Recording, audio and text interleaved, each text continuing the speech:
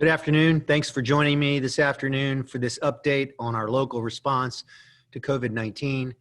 As of this morning, the Florida Department of Health is reporting 181 new cases of COVID-19 in Duval County, 164 deaths, and an overall cumulative positive testing percentage of 10.97%. The daily percent positive tests in Duval County is down to 6.5%. There are currently 441 hospitalizations of COVID-19 patients in Jacksonville. All area hospitals are reporting available capacity. While we've experienced declines in the past couple of weeks, we must remain vigilant in our efforts to stop the spread of this virus. Personal responsibility and preventive measures remain the greatest tools in our arsenal. I've been in conversations with Superintendent Dr. Diana Green about how they are planning to safely get our students and teachers back to school. We are currently working on a partnership that will provide Duval County Public Schools teachers the opportunity to get tested. We'll have more details on this plan in this Duval County Public School and City partnership in the coming days, but I look forward to working with our Duval County Public Schools and the City of Jacksonville, both contributing our resources toward this very important effort. This virus, the shutdown, and other preventive actions have been hard on many in our community. My team and I have focused on leveraging resources to aid citizens, much of that thanks to federal funding from the CARES Act. To build on those efforts, City Council recently approved an additional $2 million for small business assistance and $1 million for seniors and citizens with disabilities. City representatives are contacting eligible businesses and will open an application process for the senior and disabled assistance in coming weeks. As of today, that makes a total of $14 million the city has provided to support small businesses affected by COVID, $2 million for seniors and disabled citizens, $24 million for nonprofits and other organizations. The $24 million is supporting 138 organizations, such as local institutions like the Jacksonville Zoo and Gardens, arts and cultural organizations like the Florida Ballet, Jacksonville Symphony, Players by the Sea, and Florida Theater, local churches and community groups, as well as local nonprofits such as Farm Share, Hubbard House, and Goodwill. Earlier this week, the hurricane passed off of our coast and made landfall in the Carolinas. While I'm grateful that our area experienced minimal impacts from the storm, we cannot be complacent. We must remain vigilant and ensure that we're prepared for this hurricane season. The season is far from over. This was a dry run and a reminder to have a plan and a kit in your household. Know your zone, be prepared. For preparedness information and to get a digital copy of this year's emergency preparedness guide, visit jaxready.com. As many of you are reporting here, know the federal funds contribute significantly to recovery efforts from storms and the pandemic. We received millions of dollars in CARES Act funding, which we leverage to assist Jacksonville citizens. The census plays a major part in determining how much money our area is allocated in disaster relief efforts and other projects, including transportation, infrastructure, and community investments. That's why it's important for every citizen in Jacksonville to make their mark and be counted in the 2020 census. That opportunity to complete your census ends September 30th. My team has assembled 800 strategic partnership ambassadors working to get the word out to all citizens that completing the census is easy, safe, and important for their family in our city. In the coming weeks, we'll be sharing real-time data on the progress we're making as we work to increase the participation rate. In addition, beginning Tuesday, August 11th, census workers will begin going door to door to offer assistance to those who've not completed their questionnaire.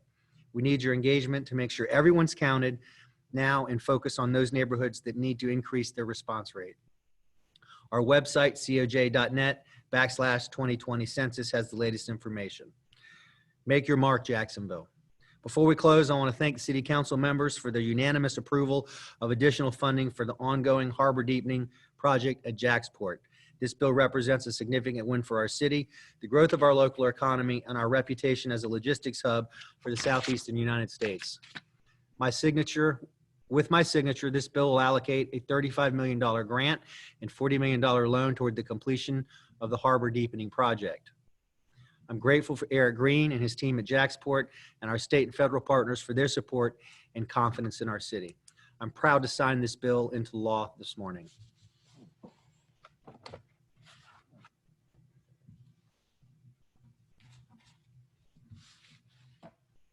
With that, thank you for joining me and for getting this important information out to Jacksonville citizens.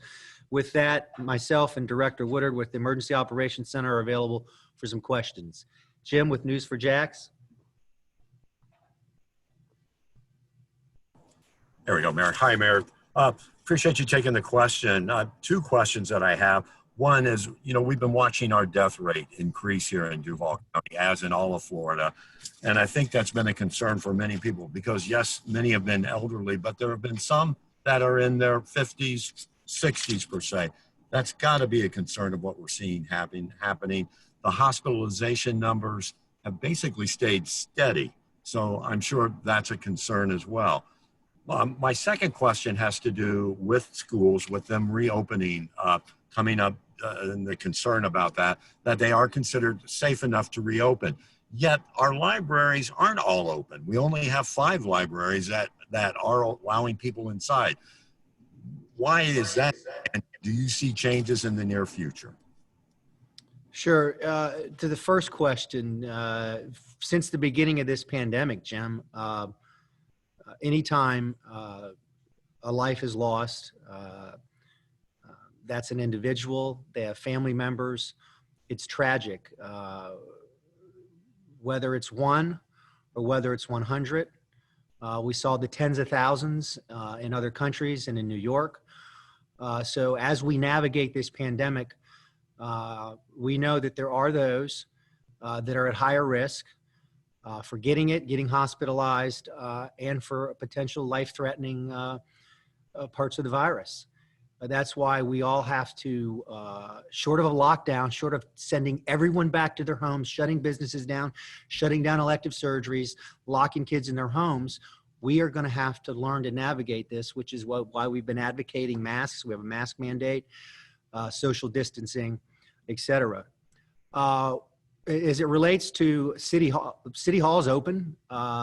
Those areas that I have direct control over, we are open for business. People are wearing masks when they're in situations where they can't practice social distancing. And I expect that other parts of the city will have more activity available and accessible to the public. The school board and our superintendent is working their plan to offer virtual learning or in-school learning for parents that want it. And I'm supportive of that effort. I have said before, I've got 3 kids, 2 teenagers, 1 pre, 2 in public schools, and all of my kids, based on the data and information I have right now, are going back to school when they reopen. That's a personal choice. So supportive of working with our school board and our superintendent. I know they've got a lot of stressful, big, important decisions to make, and I'm grateful for the work that they're doing. And as I mentioned in my briefing, conversations with Dr. Diana Green, we are working on a partnership that will provide testing for our schools. We can provide more details on that in the days ahead. That would be dollars appropriated and funded by the schools and the Duval County Public Schools and the city of Jacksonville. Amber with Action News. Hey there, I've got a couple questions for you. Any concerns of reopening schools when they are going to, because a couple of schools and a few schools in Georgia have already, have had dozens of students quarantined because students have tested positive. And then my second question is, I'm sure you heard about this Jacksonville woman, Mary Daniel. She took a job as a dishwasher so she could be with her husband in a memory care facility where her husband stays. Well, yesterday, she is now a part of this task force. The governor was in town and they talked about safely, getting family members back with their loved ones. And the governor mentioned about how there are safe ways, that family members can hug their loved ones if they wear PPE. And if they have antibodies, they should be able to go into facilities. Is that something that you've been notified about? Are you on board with this and agree? First, as it relates to the schools, I just expressed my support for the way that they're moving forward. and the tough decisions they have to make. And as I've said, based on the information I have now, my children will be going back to school when they open for learning in person. As it relates to, yeah, I did see, was very familiar with the story, and am aware of that they're trying, that the governor, we're under orders now, governor's orders, the way we deal with skilled nursing facilities, et cetera. But families have experienced tremendous pain, isolation, no personal contact with relatives and friends. So I am supportive of the work that they're doing to try to get people to be able to visit and spend time with their loved ones. It's a very, very real issue, very real serious issue that's been incredibly painful for a lot of families. Haley with First Coast News. Good afternoon. Just a couple of quick questions about the financial program. I know last time there was a portal type application system that crashed pretty early on. I know you had mentioned something about the city reaching out to specific businesses and people that can apply. When does this application process start, and how do people go about doing it? So in terms of the small business, there's a waiting list that carried over from the last relief package. So they'll start with that waiting list. And then as it relates to additional small businesses and with the other program with special needs, we'll be publicly rolling out that process in the days ahead. The process is being worked and put together now. So stay tuned. We'll make sure that all local outlets have that information and can get that information out to people. Ellen with the Jacksonville Business Journal. Good afternoon, Mayor. I just had two quick questions for you on the Jaxport Bill.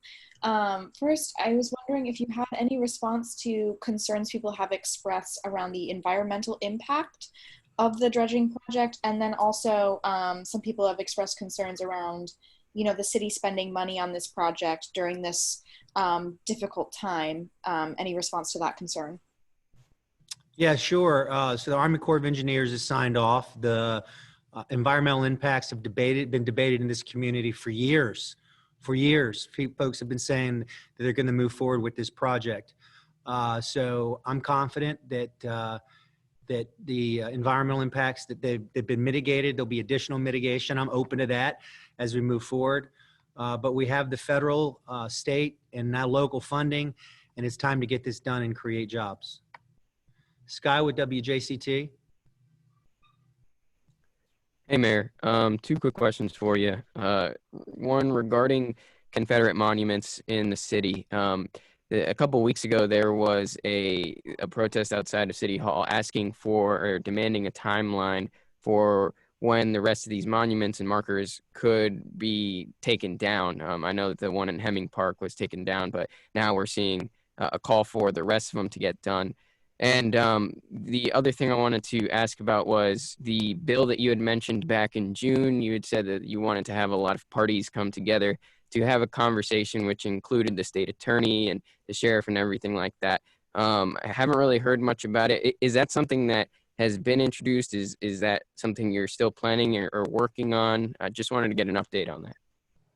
Yeah, as it relates to the first part of the question, there's a process being created by the Historical Society and the Cultural Council as it relates to removal and then placement of those monuments. They're not going to be sold. They're not going to be destroyed. They are historical markers. They're going to be removed from city property as determined by a process and a group of people that will make that decision as a group. It's not going to be unilaterally made by this office. That process is going to run its course.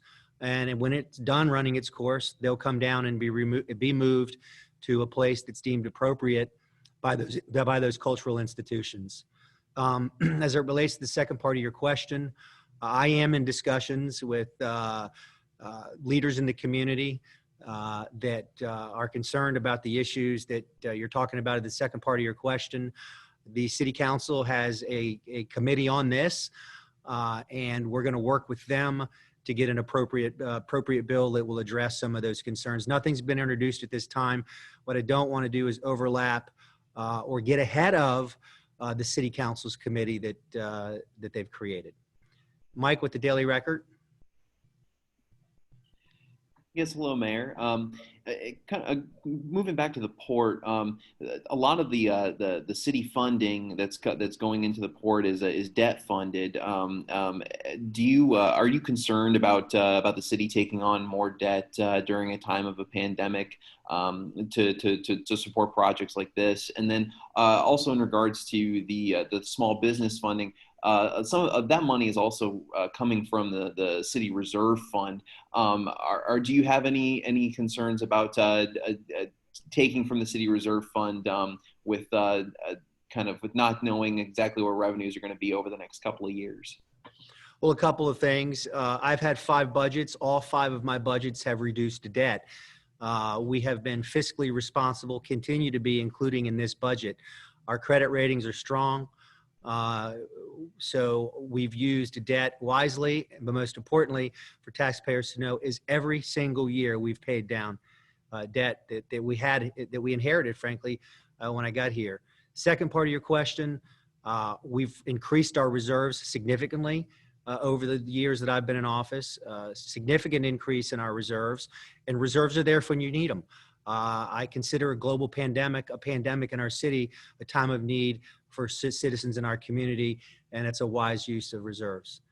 Last question, Jim with WJXT.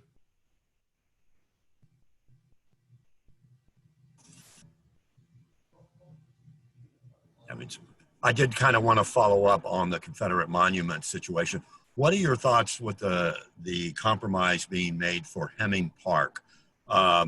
Making it a Veterans Memorial Plaza, as well as for James Weldon Johnson. What would you like to see happen there? I'm comfortable. I think it's a local hero. I think it's appropriate. The council made a decision, I guess a compromise, and I support it. I think it's a good idea. I look forward to signing the bill. Thank you.